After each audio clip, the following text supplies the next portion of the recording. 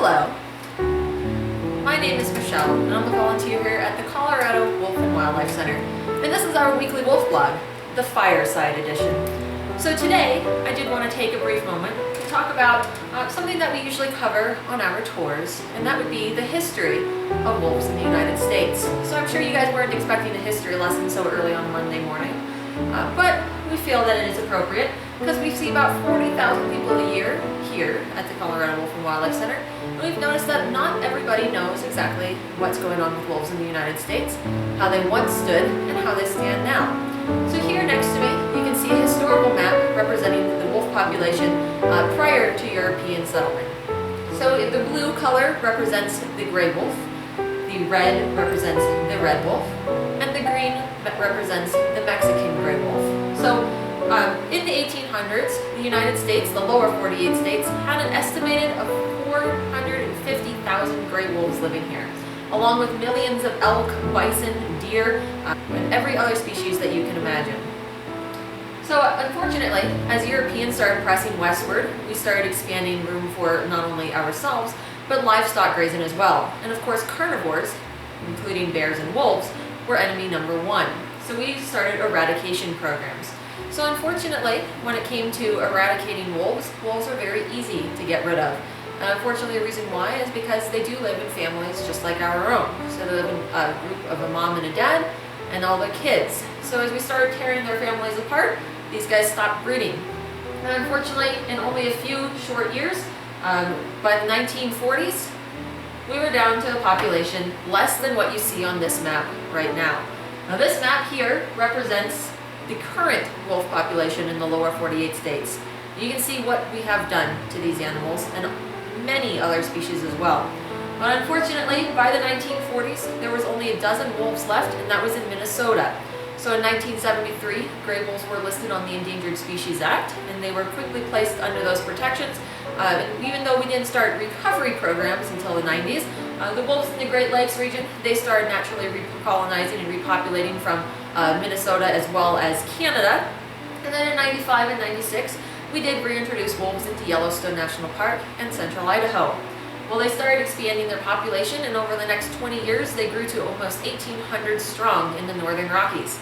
Unfortunately, 2011 came along, and it was a very, very dark year for the wolves. What happened in 2011 is a senator from Idaho wanted to have wolves delisted permanently in Idaho and Montana. And the way they did that was by sneaking a rider in on a budget bill. And so, unfortunately, as soon as Idaho and Montana were successful in removing the protections for gray wolves within their states, other states began to follow suit, including Wyoming, Minnesota, Wisconsin, and Michigan shortly thereafter. Now, the wolves in Montana and Idaho are still currently being hunted and trapped. Unfortunately, a state like Idaho allows for year-round hunting and trapping of gray wolves on private property. Now, the bad news is Congress and other political forces are trying to currently delist gray wolves throughout the United States. And if you do look at this map here, you see that they really don't occupy that much of their native habitat. In fact, we've reduced the red wolf population down to only 50 animals. U.S. Fish and Wildlife Service continuously seeks to abandon their red wolf recovery program, and the state of North Carolina, which is the only state they are found in right now, also does not want to end the night hunting of coyotes out there, in which most red wolves lose their lives. Mexican grays, last year was the very first year that their population reached over 100, a goal that they were supposed to reach back in 2006. And it was a great success. Everybody was very happy that the wolves had finally reached that higher population. But unfortunately, this year they have dropped back down to double digits with only 87 left in the wild. Now, the bad news is for these guys, there's a lot of cattle ranching, a lot of sheep ranching out there, and there's a lot of misunderstanding, misinformation. So the people who have these animals, they want to go out and they don't want wolves around. New Mexico has so much fear from the Mexican gray wolf. They actually have built cages around some of the bus stops in the area for children, even though no Mexican gray wolf has ever shown aggression towards a human being.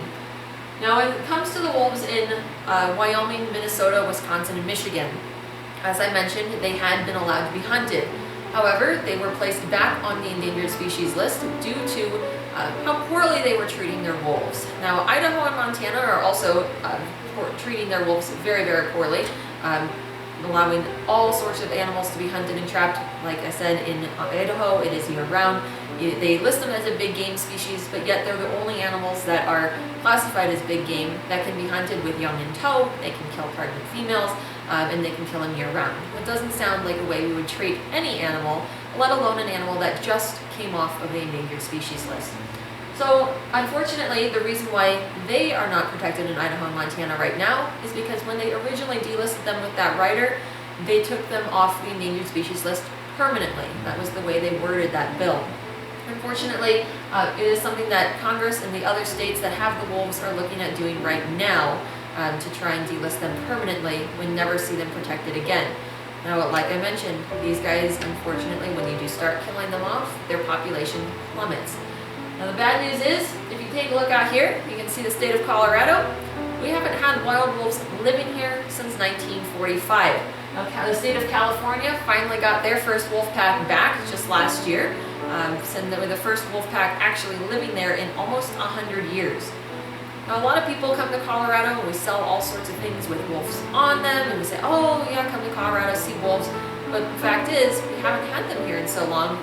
And the number one reason, unfortunately, is because they don't make it down from Wyoming. A lot of poaching goes on up there, and when Wyoming did allow wolves to be killed, they were allowing them to be shot on sight by anybody who wanted to. So we didn't get them coming down. We did have a few that have wandered into Colorado over the years, but we don't have any resident wolves. Now, wolves make themselves known when they move back into new habitat. So like the wolves in California, the second they showed up, everybody knew about it, even though none of those wolves had been collared at the time. So wolves don't hide. So if we had wolves here in the state, we would know about it unless they were just dispersers. So it's unfortunate that a state like Colorado still doesn't have any wolves in the wild here, which is why it's so important for what we do as far as educating the public about wolves and their important roles in the ecosystem. Now, unfortunately, some of the ways they are allowing wolves to be killed is through means like trapping. Now, this is a steel leg hold trap. Unfortunately, these are allowed to be placed off of trail systems in Idaho and Montana. Now, Montana's regulations are a little bit more strict than Idaho's when it comes to trapping. So you don't have as many dogs getting caught in traps in Montana as you do in Idaho. Unfortunately, in Idaho, these traps can legally be set up to 5 feet off of the main trail. So most dog leashes are only 6 feet long.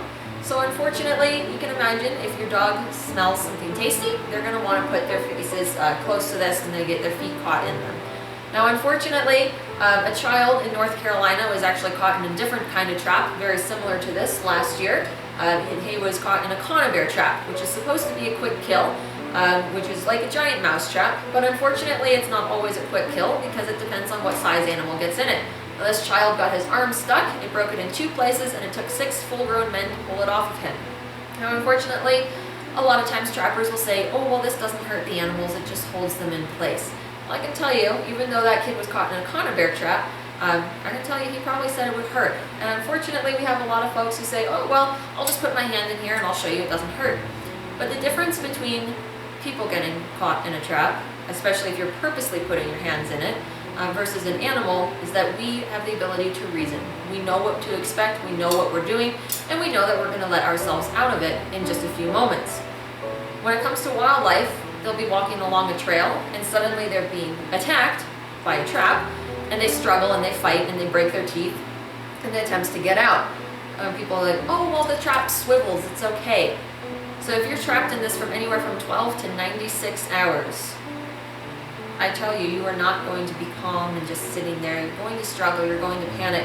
And unfortunately, in most states, trappers do not have to report the number of animals that they kill in these traps because it's all legal. Now, the bad news is, these are indiscriminate, so anything can get caught. In fact, 76% of animals that do get caught in these traps are non-target species. So unfortunately, when these animals get caught, they can either be killed off, or if they're an endangered species or protected species, they do have to report what happened. However, if the animal is not injured, they can just be let go and they don't have to report it. But who makes that determination? A lot of animals get let go from these traps, and later on they wind up sick or dead in a farmer's field and wandering around neighborhoods. We have unfortunately had people setting these traps in Colorado, which is illegal. Colorado banned the use of body gripping traps in the 90s, thankfully, so our trails are safe for walking and taking our pets on. But we've had a lot of bald eagles, a lot of other birds of prey. There's been deer, there's been moose. There's a very well-known picture of a mountain lion who ripped his whole foot off in these kind of traps.